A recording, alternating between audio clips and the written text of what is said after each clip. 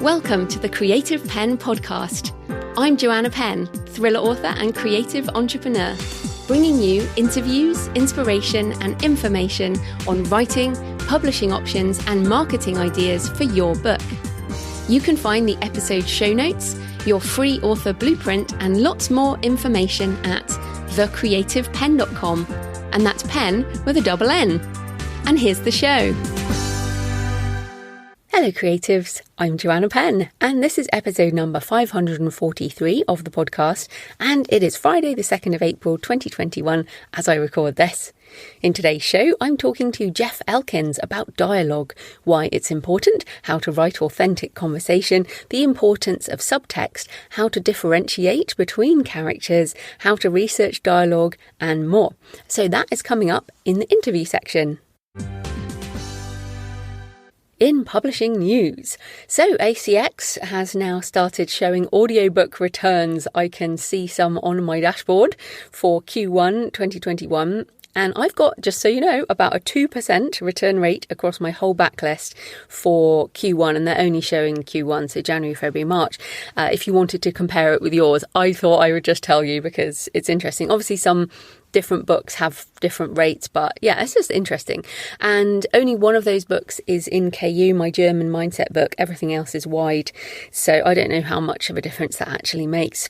But that German one did not get any returns. So at least we now have some more data. People can have a look and assess what might be going on. Lindsay Baroka tweeted, "It's good they're not hiding it anymore, but it shows what BS their policy is. I can see people trying and not liking a book 1, but having a bunch of returns on book 6 suggests people are gaming the system. By book 6, you know what you're getting. Book 6 has great reviews, and is lovely, if I do say so myself.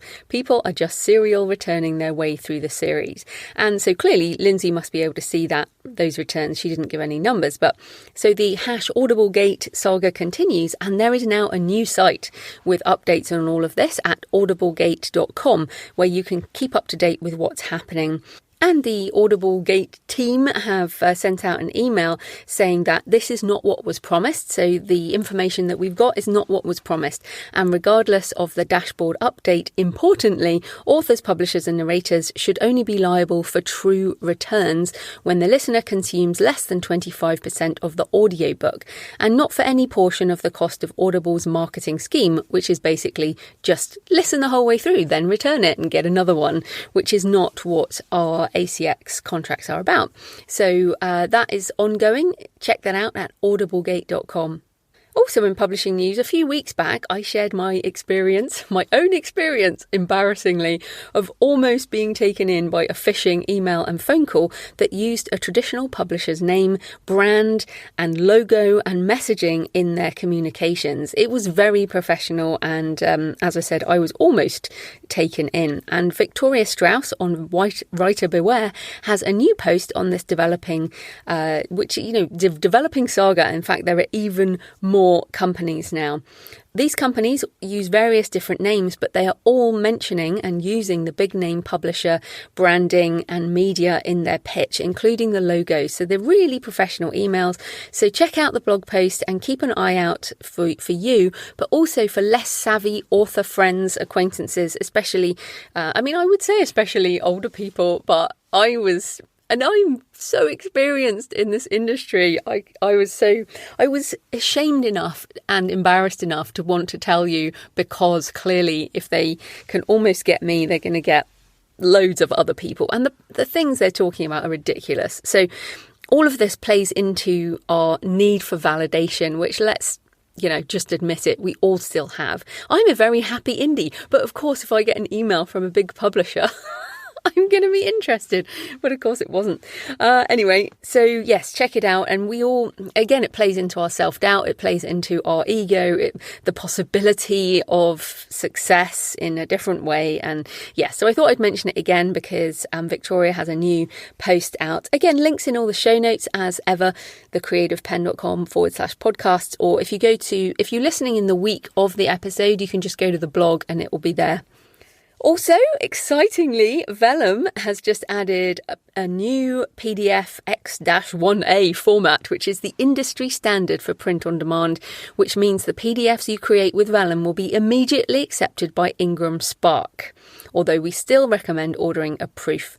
And this is enabled for every PDF you create, and they still work for Amazon KDP. So yes, you can now do Amazon KDP and IngramSpark print PDFs from Vellum. And you can always use my link at thecreativepenn.com/Vellum, Vellum, or check out my tutorial, which you can find at thecreativepenn.com/tools. And I have lots of tutorials and links there to useful various tools that I use. So in my personal update, I have been spending time this week researching and going back, revisiting really, because the shadow book, I'm basically started the shadow book. I have written about 7,000 words this week, which I'm very happy with because it's so funny. Like last week, I was saying to myself, I really need a break, not going to start anything, just going to relax, try and take a bit of time. Now it's getting sunny and of course... back in, and I've ordered loads of books, and I'm basically revisiting the shadow that I've been looking at since I studied psychology at A-level, which in the UK is age 16 to 18. I did psychology A-level, then I went to Oxford. I did theology, but I specialised in the psychology of religion, and my tutor was a Jungian psychologist, so I kind of specialised in Carl Jung at Oxford. Then I did a postgrad diploma in psychology in New Zealand, actually won a prize for that.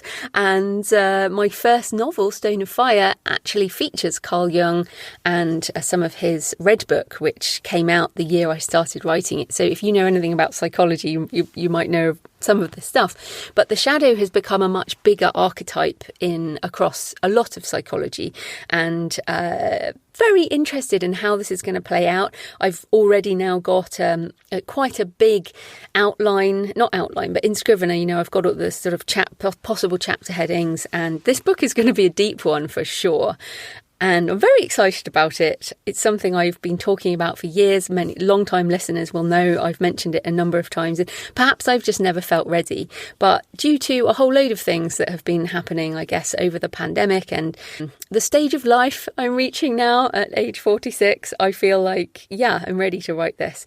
So I know it's going to help my writing. I know it's going to help yours when it comes out, because, of course, our books have to have shadow in some ways. We don't write happy people in happy land. Even if you're writing the happiest sweet romance, you still need conflict. You still need, character flaws. You still need something that takes a reader into the depth. And the stories we love are those with shadow, and who knows whether they win or lose over that. But this is some good stuff for story. So that is coming, and I'm happy to be working on that. I hope whatever you're working on is satisfying. And also, I feel like I was so deep in finishing energy, and that gets quite difficult and quite miserable. And you end up sort of going, I just wish this was all over. And then suddenly it is over. And this is one of the things, actually, while I'm thinking about it, with being an indie author, there are periods where you have to do the work that is not the fun work. But that's kind of the Tim Ferriss 4-hour work week thing. When he said the 4-hour work week, it never was you will only work 4 hours a week. It was that 4 hours a week might be the thing that you don't enjoy, and that's considered work. And so I feel like with being an independent author, yes, there's this whole load of finishing energy. There's this work which is involved with the publishing and the formatting and the marketing and the initial setup of all of that. But once it's out there, so I've got a ton of stuff out there in the last couple of months, I guess, and that is now there, and it's selling and it's doing its thing, and I can just let it be and carry on doing this show, carry on with, some basic ads running in the background and stuff like that. So I just wanted to explain that the circle comes around again, and now I'm back in starting energy, I'm back in creative energy, I'm back in enthusiasm, I'm loving it, I'm just happy in happy Shadowland. Right. Anyway, so that's happening. Also, my book Delirium is in the limited time Secrets and Lies Storybundle right now. Get 10 ebooks in the mystery and crime genre featuring Christine Catherine Rush, Rebecca Cantrell, Rachel Amflett, Dean Wesley Smith, Mark Leslie, and many more, including me. And Delirium is basically, it's set in the modern day. It's a modern day crime thriller in London, but it's based around the history of psychiatry, which of course is pretty dark. And it opens at the Imperial War Museum, which used to be Bedlam Hospital, which many people don't even know. So that story bundle is available until the 14th of April. Storybundle.com/mystery. Storybundle.com/mystery. And just a few other book news and partly I tell you this, yes, as marketing, but partly I tell you this to give you ideas for your books and your promotions. So, and of course, also to let you know how I do all my publishing. So How to Make a Living with Your Writing, the 3rd edition, is now on Audible. So if you are an Audible listener, you can now get that, and please don't return it. As well as, unless of course you don't like it, it's me narrating How to Make a Living with Your Writing. So there you go. It's also on all of the other audiobook platforms. It is a wide audiobook and it just takes longest to get up to Audible. You can also buy it from me directly at payhip.com/thecreativepenn. And you can always order from your library or ask them to get it in from their catalogue. The German edition of Your Author Business Plan is out now in ebook and paperback. And if you're a Kobo reader and you enjoy thrillers and crime, I have a buy one, get one free on my JF Penn thrillers on Kobo for April. Only available in the Canada, US, UK, Australia and New Zealand. So if you use Kobo in those territories, you can get a good deal on the buy one, get one free on my thrillers. So in useful stuff this week, really great article from BookBub. Do BookBub deals on a permafree first in series work multiple times? And this is absolutely they do. This is essentially what I do for my fiction marketing, along with some pay-per-click ads on BookBub for that perma-free. This is the answer for wide books and also the relaxed author. In fact, there's an interview coming up with Mark Lefebvre and we talk about this. How can you be the relaxed author in terms of book marketing? This is one of those ways, which is a perma-free first in series with BookBub ads or BookBub, an occasional BookBub deal. And the lovely Jane Steen, award-winning indie author, features in this article, so I'll link to it in the show notes, but the BookBub blog is excellent on this with a detailed strategy of how to use a BookBub deal on a perma-free. Also, I thought in terms of useful things, money and business things, which of course we always talk about, but JD Roth from Get Rich Slowly has actually released an Audible Great Courses, a great course on FIRE, Financial Independence, Retire Early. And I've talked about this. I've been on Choose FI, the Choose Financial Independence show. This is something that I don't talk about too much on this show because to me, it's part of my lifestyle and part of my future proofing and part of my multiple streams of income for my future is investing and the way we deal with cash flow and all of this type of thing. So I'm not going to teach you all about money myself, but JD Roth is good on this stuff. So yeah, check that out. He also has getrichslowly.org, which is good. These principles are super important because it's not so much about how much money you make, it's how much you keep and invest. And we all know the ups and downs of the book business and the ways that jobs are. And we've all seen that in the last year at least. And so investing a proportion of your earnings is important for the multiple streams of income for the other stages of your life. And if you just want some books on it, you can go to thecreativepenn.com/moneybooks, and I have a whole load of stuff there too. And one last thing in the kind of futurist segment, I did want to circle back on NFTs because one of the main issues, and many of you have emailed me about it or tweeted me or whatever, is the environmental impact of the mining on some blockchain applications. And I talked about it in episode 538. I said I was confident the environmental issue would be solved. And indeed, the Financial Times just reported that artist Damien Hirst, who I absolutely love, I love his work, And I have a blog post about the wreck of the unbelievable, which we saw in Venice in 2017. Just stunning work. Anyway, Damien Hirst is going to use a new, more energy efficient platform called Palm, which is a lighter version of Ethereum called a sidechain, 99% more efficient, which, let's face it, that's exactly what we need. So, and they say Palm will be a transition solution in the run up to a new mechanism that is expected to reduce energy consumption on Ethereum dramatically, should be in place within a year. And it has a cheaper minting process, down to less than $1. So look, this encourages me, because by the time this is mainstream, it will also be more eco-friendly. It will probably be about the same as an ebook by the time most of us are ready to do this kind of thing. And if you don't know what an NFT is, go back to episode 538 and have a look at that. Right, so thanks for all your emails and tweets and comments this week. Julie commented, fascinating discussion with Tristra. There are just so many different creative ideas for attracting more revenue. Going off to investigate merchandising options now. Awesome. And Louise commented, as an indie author, I loved the questions you asked Tristra, since there are very relevant parallels between indie musicians and indie authors. Unfortunately, indie authors have yet to enjoy the cool side of creative efforts, but, it'll probably happen.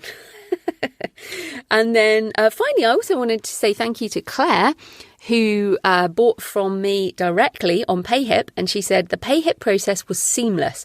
I think this is actually the best way to purchase ebooks because of the flexibility in formats you make available, Mobi, EPUB and PDF. It's a bit like getting the ebook and print all in one go. I downloaded all 3 versions of each book and can't wait to read them. Thank you, Claire. And of course, payhip.com/The Creative Pen. Buying direct. I am literally so committed to getting authors selling direct, because, well, you just get the money straight away, which is just brilliant. I mean, seriously, there can't be anything better.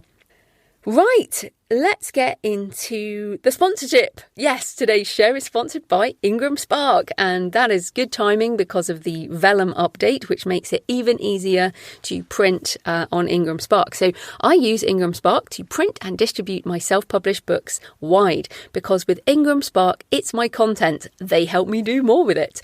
So why even consider IngramSpark? Well, if you only use KDP Print, bookstores, libraries, universities and print-on-demand sites in many countries will not even consider your book. It will not even be on their radar, because you need to offer a discount for bookstores and libraries and all of this in order to make it worthwhile for them. So that's how bookstores make money, is that they buy books with the discount and then they sell them, and that's their margin. So if you want to support bookstores, then you need to be wide. If you want your book to be in libraries, you need to be in the catalogue that IngramSpark put for you.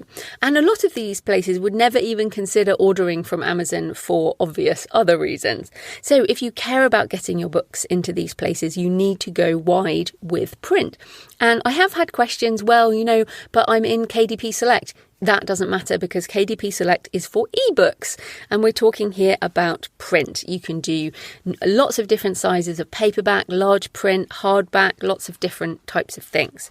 So yeah, even if you're exclusive with ebooks, you can still do print only with IngramSpark if you want. You will have access to over 40,000 retailers across the world, including things like independent bookstores, chain bookstores, places like Foyles, Blackwell's and Waterstones in the UK, Chapters Indigo in Canada, Booktopia in Australia, New Zealand, Walmart, Target, loads of things, plus bookshop.org, which has become very popular in the pandemic.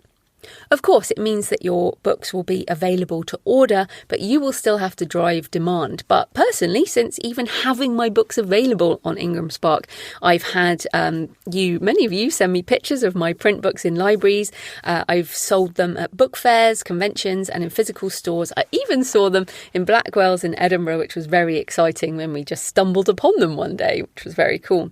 You can choose to use returns, but it's not necessary. You can also choose your discount percentage. You can bulk order, for example, if you want back-of-the-room copies for live events, or if you work direct with schools or even bookstores.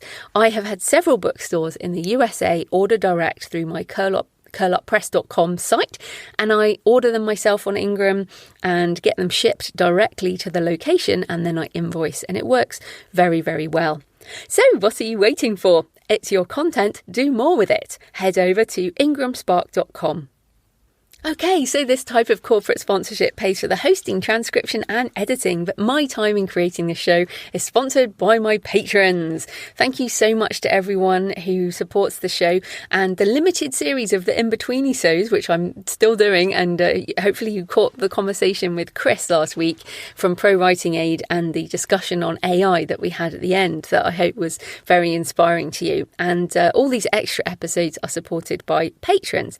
So thanks to new patrons in the last few weeks, MT Daily, Ania Colusi Zanon, and also to those of you who've increased your pledge or continued your pledge over time. I really appreciate it, especially those of you who've been supporting the show for years. It demonstrates you enjoy the show and want it to continue. And we've been doing this a while now, haven't we? I still aim to continue giving you value, that's for sure. So you can support the show with a few dollars or euros or pounds or Canadian dollars a month, a coffee or a couple of coffees a month, and you'll get the extra monthly Q&A audio. You can support the show at patreon.com/thecreativepenn. Right, let's get into the interview. Jeff Elkins is the author of 12 thriller and mystery novels, as well as over 100 short stories. He's also a ghostwriter, dialogue editor, and a podcaster at the Dialogue Doctor podcast. So welcome, Jeff. Hey, Joanna. Thanks for having me on today. Oh, I'm very excited. But before we get into our topic of dialogue, tell us a bit more about you and how you got into writing and publishing. Oh, man. My writing and publishing story is a very I think, odd story. It really started in 2014 when I was fired from a job. I worked for 15 years as a pastor and a change agent for nonprofits in churches in Baltimore and Texas and kind of all over the country. And then I hated English and writing growing up. I was dyslexic as a kid, and so I just kind of marked off my English classes in school as like, this is the one that I just need to survive. So I never tried writing. And then I turned 37 in 2013, and I started writing short stories to relieve stress at work. And I just started cranking out one a night. And it was so much fun, and I found it such a stress relief. And then in 2014, I was working a job that I was really excited about, and I was only in it for like 9 months, and then they let me go. And I had no money. I had no savings. I had 4 kids, and my wife was 9 months pregnant with our 5th child. Oh, so goodness. It was this really critical turning point. And the day after I was let go, I was sitting up looking for jobs because I spent 2 weeks applying to 100 jobs a day was my goal. Because I was like, I just need to get food on the table. So I was looking for jobs, and I remember sitting there going like, I can't ever be in this place again. I can never be in a place where I'm dependent on one income, and if it disappears, I'm devastated. And so I was thinking, I was like, what skills do I have that I can market? Because my career had been very specific and to a specific industry, and I didn't really fit in that industry anymore. And so I needed a change, and writing was the one skill I had. So, like Lin-Manuel and Hamilton, I decided like, I'm just going to write my way out of this. Thankfully, like 2 weeks later, I got a call from a friend who worked in a company that simulated difficult conversations. And she said, hey, we're looking to hire writers, and you've been writing all these short stories. Do you want to come give it a shot? And I said, yeah, absolutely. And I've been doing that for the past 7 years, and it's an amazing job. I get to sit down with world experts from all different fields, from the military to physicians to social workers to therapists. And my writing team, I lead the writing team there now, and my writing team, we call ourselves professional mimics.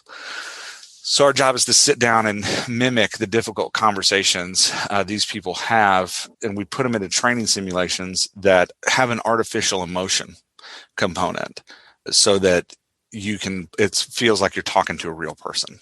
So that's a big part of my writing life, has been with that company, studying dialogue intensely for the last 7 years with them and just mimicking how people talk every day.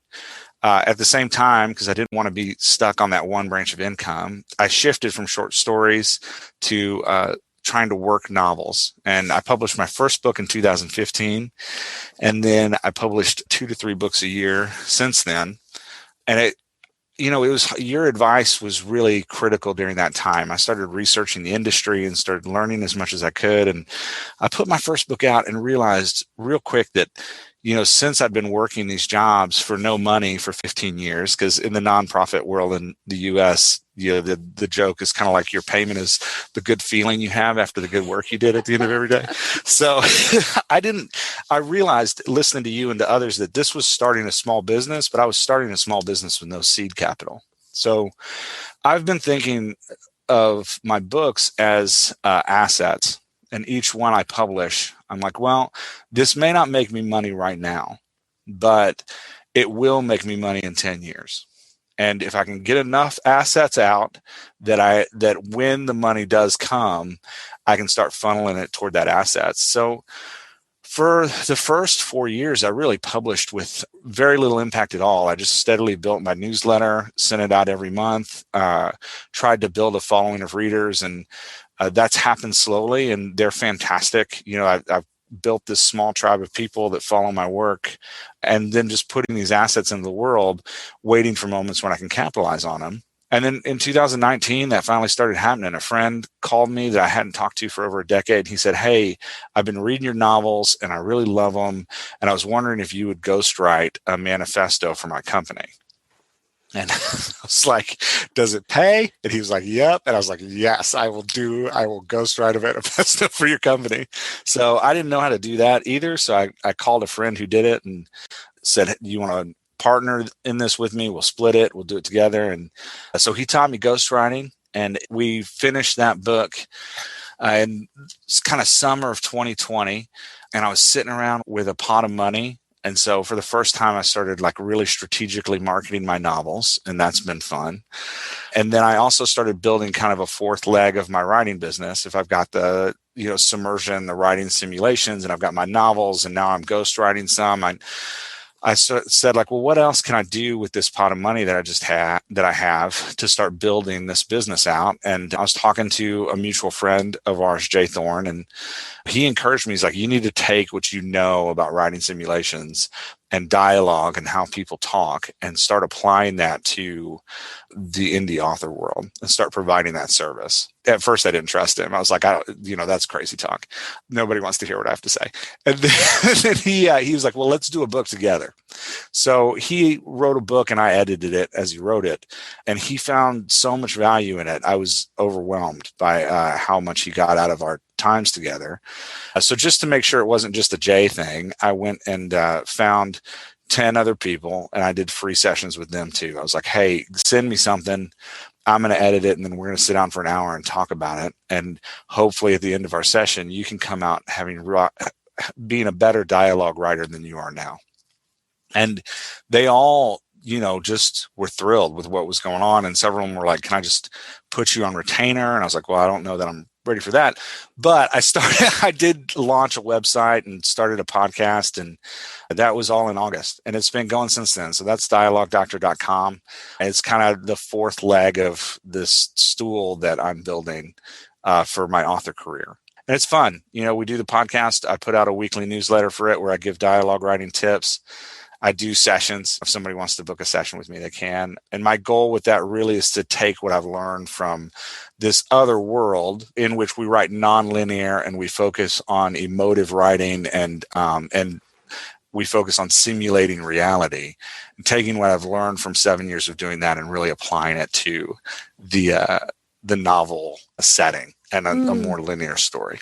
Wow, that is a great story, Jeff. I'm really thrilled that you shared the difficult times that you were having there with your family and your kids. And I know I don't know because I don't have 5 children. I don't even have 1 child, but I can't imagine how hard that must have been. And I always find it terrible that people who are serving the community, like pastors and non-profit people, are just meant to get paid by the goodness of their hearts. But I'm glad that you have managed to turn this around and turn this into such a brilliant multiple streams of income business. So your story is very inspirational in so many ways. But I do want to get straight into dialogue, because it's brilliant in a way that you work in this job simulating difficult conversations, because I imagine that you also had that as a pastor, a lot of difficult conversations.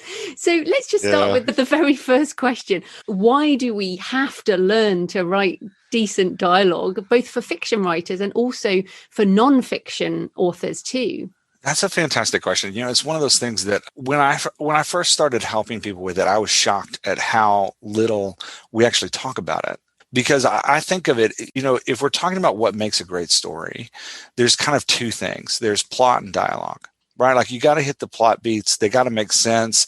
If you're writing genre fiction, the plot beats have to match what your readers expect. But that plot is really just a skeleton.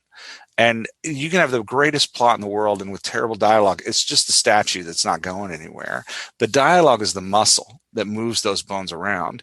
And it's the dialogue that our readers actually connect to. They enjoy the plot, but they connect to the dialogue. And when I first started doing this, Joanna, I didn't, I had that in my head, but I was like, is that real? So having a background in science, I was pre-med in college and worked at some hospitals here and there doing internships and stuff. And having a background in that, I decided to test it out. So I went and got a whole bunch of historically bestsellers. I got Pride and Prejudice. I got American Gods by Neil Gaiman. I got Harry Potter and a bunch of others. And I just went through them page by page. And I highlighted lines that were dialogue, and I highlighted lines that were in a different color. I highlighted prose. And I was shocked to find that most best-selling books are 60, 70, 80% dialogue. And the prose, this stuff that we do tend to talk about more, is a very small part of what those stories are. And so that made me take a step back and say, like, well, what is this dialogue doing? If the stories we love and the stories that we connect to historically are mostly dialogue, why is that? What is that dialogue achieving? And I started doing more research, and it started to occur to me that, well, as a Harvard professor I really appreciate, Alison Woods Brooks, says, every human interaction in history can be boiled down to a series of conversations. And that's true for our reader and our characters as well. Every time our character connects to our readers, what's happening there is a conversation between the reader and character. And what goes on, like Robert McKee says in his book on dialogue, that the reader, what's special about writing over like a play or a movie is that the reader takes the words coming out of our character's mouth, runs them through their own imagination, and in a sense puts them through their own mouth. And so the readers, like when we write words for our characters to say, we're having our readers digest and say those words. And it's this very intimate and personal connection. So, as I've been doing this, I found that, dialogue isn't just important to our stories. It's critical for connecting to our readers and for creating engaging stories that our readers want to come back to over and over and over again. If we can design a character that has a unique voice that engages the reader, and then we can put words in that character's mouth that modulate their emotions and display what that character is feeling, we're going to pull our readers in, and our readers are going to want to come back to our work over and over and over again. And we're going to build true fans. And that's, I think, what we're all looking for, is to build those true fans that just keep coming back. Yeah, and I think for nonfiction, I mean, it used to be that you could write nonfiction in a more straight way, I guess. But I feel now the best-selling non-fiction books, certainly in self-help, and I mean, obviously memoir has a lot of dialogue in it, that you have to report on those things that happen. But I even feel with best-selling non-fiction books, by putting in quotes, by putting in little stories and vignettes and bringing the teachings alive almost. So you kind of need, even if it's not dialogue between two people, it's certainly speech from one person or that kind of thing. So I actually think it's important for both fiction and non-fiction, but I do know there are a lot of problems. Now, you've worked with a lot of people, and I think even in your day job you would probably see this. So what are the biggest issues that you see in dialogue? What are writers getting wrong? It's probably a massive list, so just pick a couple. So I'll just pick a couple. I think there's two things that stand out to me that every client I work with, and I'm going on close to 100 clients now, which is fun. But every client I work with, there's kind of two things going on. The first thing is all their characters sound the same. And I call that monomouth. Every character sounds like the author. And so, again, like you can have a great plot and skate through with that, but the reader is going to get tired of all the characters sounding alike. So the first key to helping writers is to help them diversify the voices in their story, so that Harry, Hermione, and Ron all have distinct voices, and you can tell which one of them's talking without their name being next to their dialogue tag, right? Like, so that's the biggest problem I see, and I've developed some tools to help with that. I use a thing I call a character wheel with writers, which is a chart. You can get it for free on my website. I just have it sitting up there. It's a chart where you fill in, where you describe your character's voice, and it allows you to compare and contrast the other voices in your novel, so you can make sure that your characters sound differently. The second biggest problem I see is, I think as authors, we misunderstand what voice is. So a lot of times I'll ask an author, talk to me about your protagonist's voice.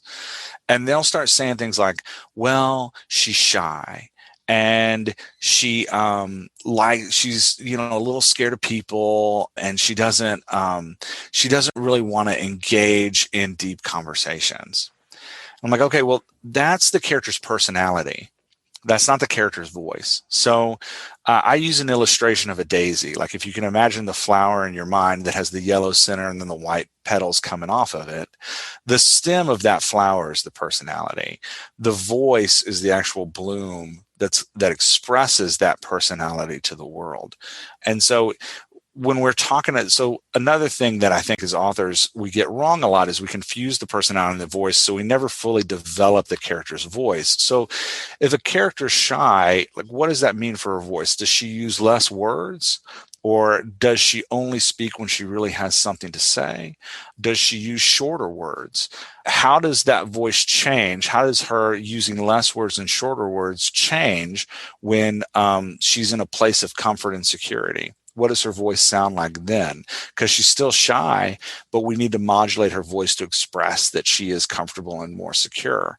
So I think those are the two big things. One, we don't plan out our voice. Like, we'll spend weeks planning out a plot and completely ignore our characters' voices. We don't plan out our voice, so our characters all end up sounding the same. And then the second thing that we miss is we confuse our character's personality and our character's backstory with what our character's voice is, and really starting to nail down that, like, okay, what number of words does this character use? What's the rhythm of those words? Are they big words or are they small words? Does the character ask a lot of questions, or does the character make a lot of declarations, right? Like, starting to nail down, like, what is it this character actually sounds like? And I find, Joanna, that if I can spend an hour with somebody nailing down their character voice and really getting into it, that's really all they need. Because once that voice is in your head, as a writer, you've got it and you can put it on the page. It's just a matter of really sitting down and honing that voice so that you can free yourself up. And I think the biggest gift of doing that ahead of time, and why I propose doing that ahead of time, is because what I find a lot of writers doing now is they write this draft where they're really focused on plot and they're trying to get all the plot beats out. And then they come back and they do a whole second edit where they're going like, okay, now I need to make the characters sound unique. And if we just spend a little bit of time up front getting those voices in our head, we can skip that second edit and focus that second edit on other things than really having to rewrite every character voice. So I think those are the two things that I see most. Yeah, so I mean, I write very international books, and every book of mine has people from multiple different countries, different races, different religions, and obviously different first languages. So I write in English, but I do have aspects of other languages that kind of go through my dialogue. So, for example, a Portuguese character might use the Portuguese word for mother rather than mum, as I would say, or mom, as you say in America. And you write characters characters of color in your Baltimore books? And this is a huge question, I think, particularly in the age we live in now, where people are pretty sensitive around their stuff and we want to get it right. But you see some really terrible things, like a Spanish character where every second word is Spanish, or it's really stereotypical. So I feel like, on the one hand, yes, we must write diverse books. We must write diverse characters that are not like us. But how do we not write stereotypical dialogue where we just say things that are stereotypical for what we think are those cultures or races or people? That's a great question. Let me put it to the side just for a second and I'll come back to it, because I realize now that I should have used a different word than diverse. So when I say a diverse palette of characters, I'm thinking more of less about the character's nationality, culture, or background. And I'm thinking more just about how they sound. So rather than diverse, what we want in a novel, like what we want our cast of characters to be, are multiple colors. So if all of our characters sound like the color blue, then we have a very blue book. And readers may love the blue book, but they're only going to read the blue book for so long before they're like, man, I just want some variety here. And so if we can get a voice that's shy, that represents a shy character, and another voice that represents an angsty character, and another voice that represents a frustrated character, and another voice that represents, an extremely happy character, now we have this palette of colors that we're painting our thing with. We've got blue, we've got red, we've got purple, we've got green, and the picture of our novel that we end up having is just much richer and deeper than the kind of just different shades of one color. So when I'm talking about diversifying your cast, I don't necessarily mean diversifying nationality or culture. I loved your Mapwalker series, and the cast of characters you had there are fantastic. But going to your question about nationality and writing different cultures, I struggle with this a lot. I decided to write protagonists that were people of color back when I started writing my first novel. I grew up in a predominantly African-American neighborhood in New Orleans, Louisiana, in the States. And I remember that year that I started writing, I took my kids, my wife and I were helping build a public charter school in Baltimore City, which is predominantly African-American. And my son was in second grade or third grade at the time, I don't remember. But his class was mostly African American. I took him out for his birthday, and I remember we went to go see one of the Marvel superhero shows. And this was before Black Panther had come out, and before those shows had started to show people of color in primary roles. And I can remember my son and all of his friends standing in front of the poster arguing about which of the superheroes they were going to be. And it broke my heart that these kids who were vibrant, dynamic, and just wonderful couldn't find themselves in this very large cast of heroes.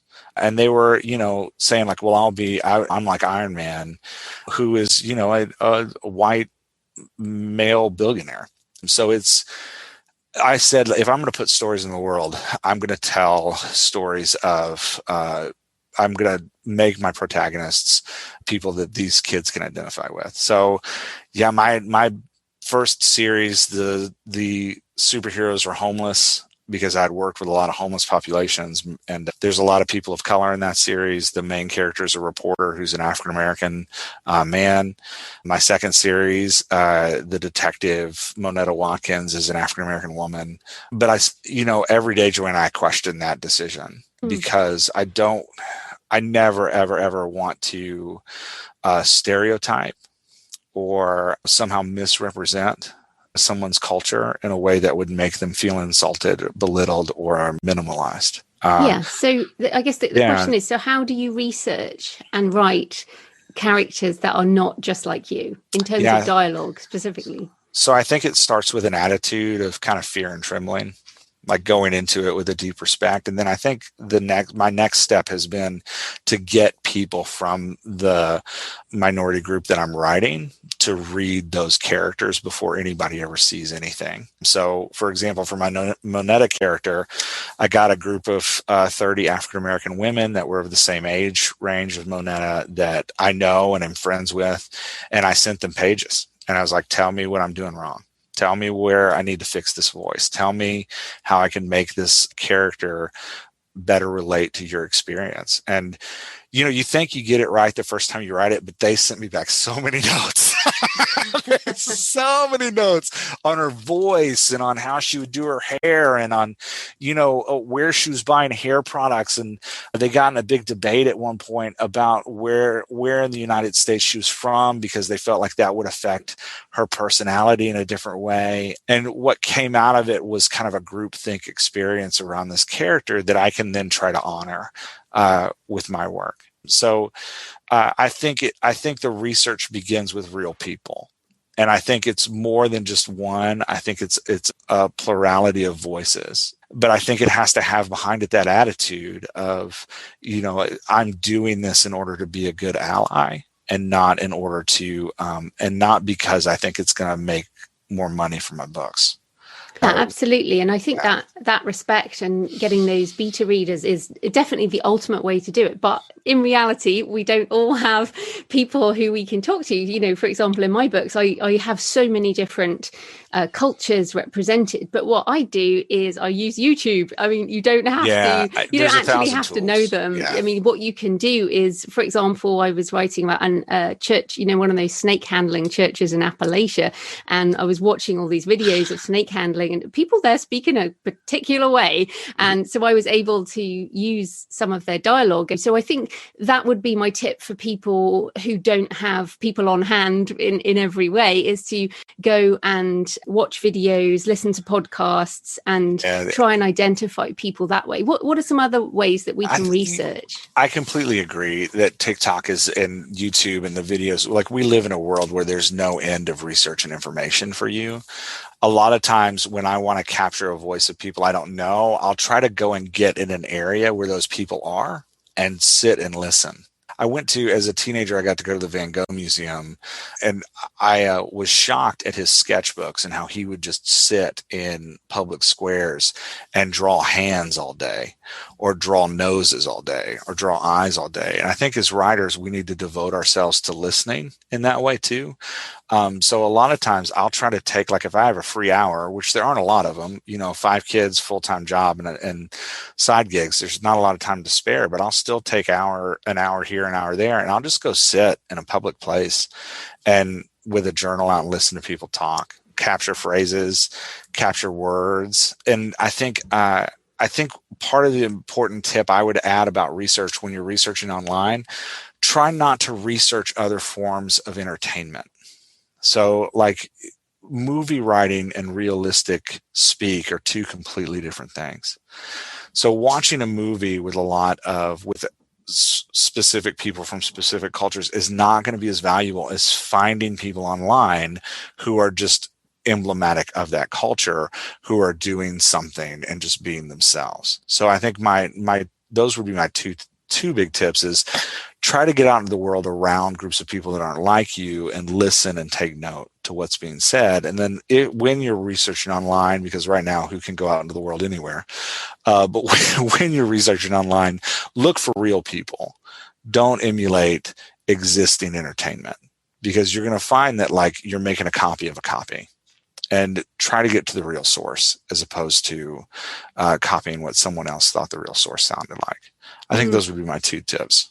What I would say, though, is dialogue is not conversation, because if you took the transcript of this, the unedited transcript of our conversation would be terrible dialogue, because Absolutely. Humans, repeat themselves, and they say and they say filler words, and they do all these things. And I think that's another problem I see. What I get annoyed about in some books is massive long sentences or things that you might actually say out loud, but that is not dialogue. In a book, you do cull a conversation to it has to serve the book, right? You're not just having 2 people talking. And the key is like that transition between research and what you're actually building your character voice out of. So, like, we do all this research and we get all this information in order to use it strategically to build engaging and entertaining characters, not just to copy onto the page. So you can't just take the raw research and then translate it into your work, you listening to how people talk is about feeling the rhythm of their words, the length of their words, the words they use, all those tools that we have that we can put on the page, and then looking at your character and strategically thinking like, okay, I'm going to let this character I heard one person using shorter clipped sentences, and it gave them this, the feeling that they were talking really fast. I'm going to have this character talk that way. But this other character, I remember watching this YouTube video of somebody with a slow drawl. Well, like you were saying, like watching Appalachian snake handlers, right? Like they have there's a certain pace and sound to their voice. I'm going to give another character a little bit of that. Right? We don't want a whole book of that, but I'll put a little bit of it into this character. And now we have two very different sounding characters that make for a far more engaging story. I think the other thing that's important is subtext, because I feel that a lot of dialogue is what they say on the nose. You know, if I say to you, how are you feeling, Jeff? And you say, I'm angry. that is on the nose dialogue. Whereas if I say, how are you feeling, Jeff? And you say, I'm fine. The dialogue is, the subtext is, whenever anyone says I'm fine, they're usually not fine. And I think, you know, certainly English speakers understand that that's the way it goes. And I actually been thinking about this a lot recently, is that British people speak a lot more in subtext than definitely Americans do. For example, we have a lot of unspoken dialogue in and subtext in what we say. And the more I do my other podcast, the Books and Travel podcast, the more I understand this, because people tell me this about my own culture, which is interesting. So how do we use subtext? Because subtext still is dialogue, but the subtext has to be shown not in the dialogue. It has to be shown in character action. Yeah. And for me, this is something that it goes to kind of a bigger question, which is like, what is your dialogue for? And I would say your dialogue is to inhabit the emotional state of the character. So I think when we stop using subtext, like the crime you're describing of not using subtext or just saying what the character's feeling all the time, I find most often it happens with writers when they're using their dialogue as a tool just to push the plot along. So they're like, okay, I need this scene for this character to be angry, and I know I need to use dialogue to do that. So somebody's going to ask them how they're feeling. They're going to say, I'm angry. And that's going to leave us, why are you angry? And then we can have this conversation about why they're angry. And, you know, like that's not, like you're saying, that's not how we function as real people. And your reader is going to notice that inauthenticity and disconnect from it. So when I think about dialogue, we're thinking about like, hey, how do I inhabit the emotions of this character? And that's where the subtext comes in, because if I know that my character's angry, my character may not immediately say they're angry because they don't want to reveal that about themselves, or maybe they don't even understand their own emotions. Then when my first character asks my second character, how are you feeling? My second character may say, I'm fine. And if I know I have to get them to a place of talking about their anger, my second character can follow up like, well, you don't look fine. And then my character can say, well, I don't know. There's a lot going on right now. And it's just frustrating, right? Because a lot of times we'll find that we talk about what's happening instead of how we're feeling. And now we have a conversation going that will lead to my character being angry that feels real and authentic and grabs that subtext. But for me, it's about flipping our minds as authors, that it's not just about getting the plot points done or moving through the piece to get to the next scene. It's about inhabiting the emotional state of our characters with their dialogue to help the reader feel what our characters are feeling, because it's that emotive state that the reader really connects with. Yes, and talking about anger, so I have to ask about swear words, and this is a clean show, so we're not actually going to say any swear words, but swear words in dialogue are completely authentic for many characters. For example, your young characters of colour in Baltimore, I bet you they had some salty language as such. Yeah, they do. But yeah, as a standard, the way they speak, it's not necessarily the way I might use a swear word either. So swear words are authentic in that character voice, as you say, but a lot of readers will not tolerate it, especially Americans. Yep. I found that Americans might tolerate all kinds of violent content in a book, but they won't tolerate a swear word. So what are your thoughts on using swear words or curse words to be authentic and yet balancing annoying or offending readers?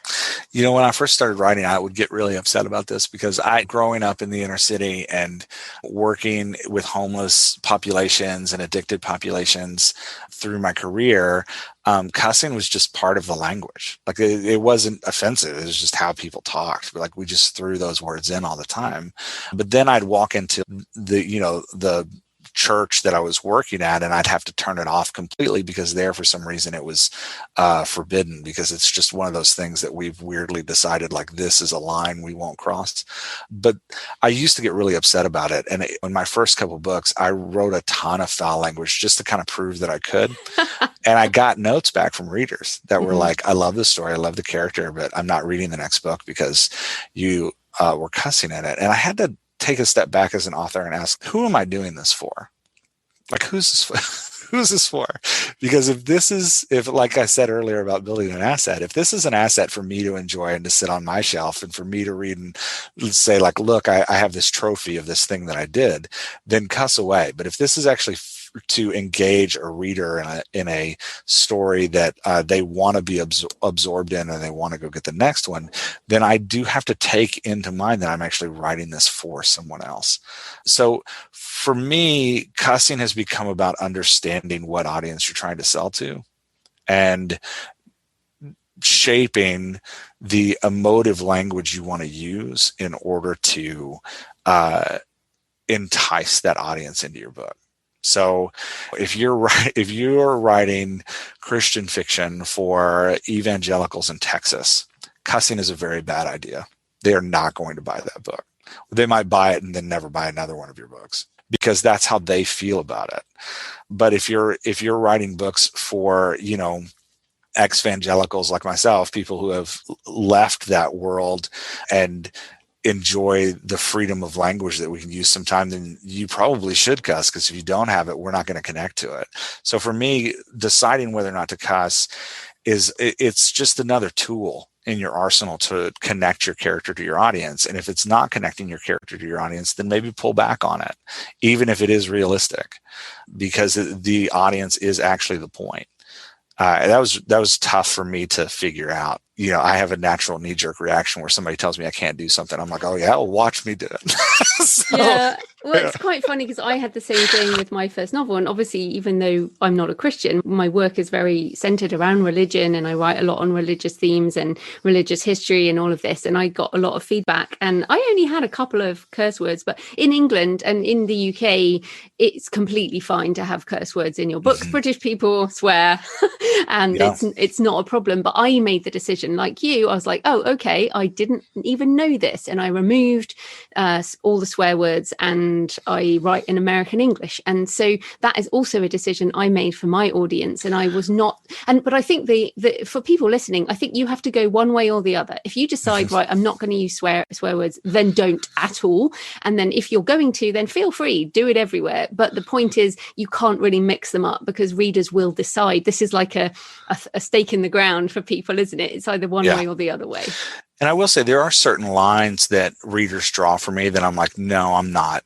I don't actually care about that line. Like, for example, we were talking about protagonists of color. And after I published my second book, I had a family member call me and say, hey, I really want to share these books with my friends, but I need you to take the people of color out of them. No, that's definitely an unacceptable thing. And I was like, no, say. I'm not doing that. Like, that's a part of who I am. But for me, like, foul language, it doesn't cross that line. Like, there's other ways I can get across the emotions I want to feel without that kind of language. Oh, those are very, very different things. I feel like the swear words or not is the same as me deciding to write in American English. It's a stylistic thing. It's got nothing to do with characters or plot or theme or anything like that. So, so to be very clear to people listening, there's an acceptable line and there's not. But I do want to just, because we're almost out of time, but I did want to come back on, I love the phrase ex-evangelicals. I'd never heard that before. I really like that. So I assume you're still a Christian. Is that correct? I am, although I cringe at the term sometimes. Oh, okay. Well, you're a believer of some kind, Yeah. and of course, your books, like mine, incorporate these religious themes. And this is also a big thing. This sort of religion versus science. What do I really believe? Because to be fair, I don't really know either. So I guess I'm an ex-evangelical too. So how do you incorporate your faith into your books, or your lack of faith, or your questions about faith?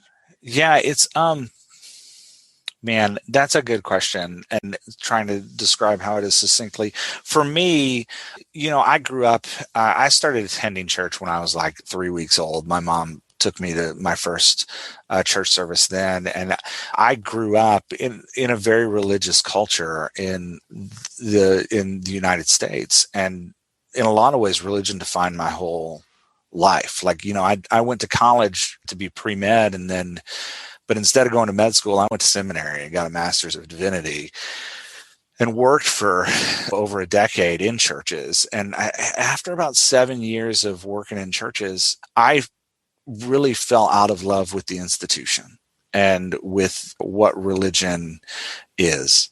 And seeing the pain that it caused the people around me, the institution and the choices the institution made was really hard.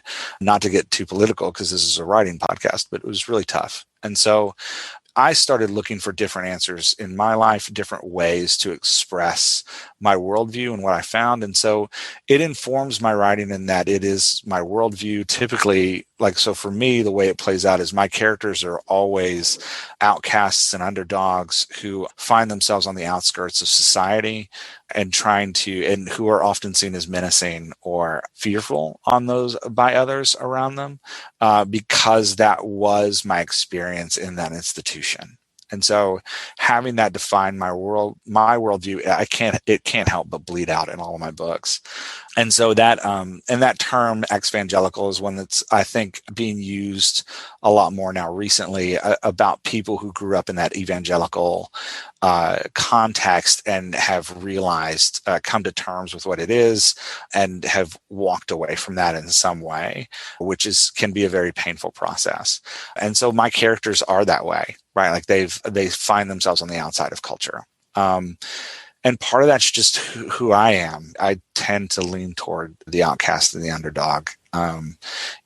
Show me somebody sitting by themselves, and I want to go sit with them and figure out what's going on, figure out who they are, and just let them know that they're not alone. So that's a huge theme in my work. And I will also say the opposite is also true, right? Like, all my villains are typically rich suburbanites. So that's if you want to know who did the crime in one of my mysteries, look for the rich guy. That's just part of who I am, and those decisions I've made about my fiction. Like, yeah, this is the kind of story I want to tell and put into the world, because this is the way that I see the world around me. I also put a lot of magic in my books. Because I see a lot of magic in the world around me. So, I write books full of wonder and weird things, and my detectives read minds, and my homeless superheroes fight monsters from another world that nobody else can see. And I love that kind of wonder about and mystery around the world around us. So that all comes from my religious roots and fills my fiction now. Yeah, well, it is a very rich vein of inspiration. I am the same. All my books feature some, and I mean, again, in America, I think religion is politics, but it feels to me, if you're going to have conflict in your books, internal conflict around religion can be one of the biggest conflicts of your human life, and it's possibly something that is never resolved. And I also tackle it in each of my books in a different way than you do, but I think it's something that obviously none of us will ever know until we may never know even after we die. So there you go. But it's definitely a big theme that we could talk about forever, but we're going to have to keep going. Yeah, we will have to finish I'm here. Sorry, Joanna, I'll rattle off for hours about about this stuff. No, well, me too. Yeah, so we could talk about this for hours, but we'll have to round up now. So where can people find you and your books online? Yeah, absolutely. So dialoguedoctor.com is where I'm talking about dialogue and talking about craft. So come over there. You can find the podcast there and the newsletter and all that kind of stuff. Hopefully a book coming out in May that I'm working on now, which is exciting. And then my fiction is at jeffelkinswriter.com. You can find all my novels there and engage with my fiction there. Fantastic. Thanks so much for your time, Jeff. That was great. Thanks, Joanna. This was fantastic. So I hope you enjoyed the interview with Jeff today and that it gave you some ideas around more authentic dialogue and character voice. So I have another in-between-isode coming up this week. Yes, we have lots of them at the moment, talking about Google Play Books with Ryan Dingler from Google. Yes, we actually have Google on the show. I'm very excited. We also discuss the AI voice beta, which is available now. There are some AI narrated books, audiobooks on Google Play Books, and we talk about when it might be open for us, for indie authors, to have a go with. So this is very exciting, and we have a good chat about it. So, and then in next Monday's show, I'm talking about writing, publishing and marketing books for children with Crystal Swain Bates, because so many of you ask me about writing for kids and it is not something I do myself, and it has quite specific challenges. And to be honest, many of Crystal's tips are relevant to all authors. So I know you will find it interesting. So happy writing, and I'll see you next time. Thanks for listening today. I hope you found it helpful. You might also like the backlist episodes and show notes available at thecreativepenn.com/podcast. You can also get your free author blueprint at thecreativepenn.com/blueprint. If you'd like to connect, you can tweet me at The Creative Penn or find me on Facebook at The Creative Penn. See you next time.